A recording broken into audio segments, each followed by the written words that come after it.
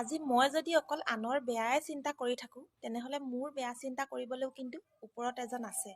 আজিকালি মন কৰিবচোন, আমাৰ সমাজতে হওক বা ছ'চিয়েল মিডিয়াতে হওক, মানুহবোৰে যেন নিজৰ কাম বন এৰি অকল আনৰ সমালোচনা কৰাতেই ব্যস্ত হৈ গ'ল, তেনেকুৱা নালাগেনে?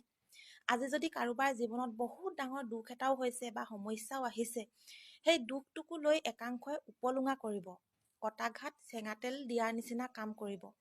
কিন্তু আমিনো কেইদিন জীয়াই থাকিম? আমি যদি সেইটো নকৰি কাৰোবাৰ দুখত যদি আমি দুখৰ সমভাগী হ'ব পাৰোঁ, এষাৰ মাত দিব পাৰোঁ, সুখত যদি আমি সুখৰ সমভাগী হ'ব পাৰোঁ, তেতিয়াহ'লে আমাৰ সমাজখন ধুনীয়া হৈ নপৰিবনে?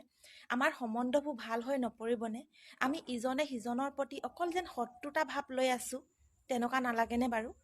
আজি এই যুগতে এনেকুৱা, আজি যিবিলাক নতুন প্ৰজন্ম, কালি জন্ম হোৱা ল'ৰাটো, তাহাঁতৰ জীৱনত কি হ'ব? আমি ডাঙৰবোৰে যদি অকল এনেকুৱা নিগেটিভিটি যদি আমি ফেলাই থাকোঁ সমাজখনত, মানে এই কলিযুগত মানে ইমানেই নিগেটিভ এনাৰ্জি মানে শক্তি বাঢ়িছে, পজিটিভ এনাৰ্জিবোৰ যেন ক'ৰবাত হেৰাই গৈছে। মানে বেয়া চিন্তাধাৰাবোৰ ইমান বাঢ়িছে, ভালবোৰ লুকাই গৈছে।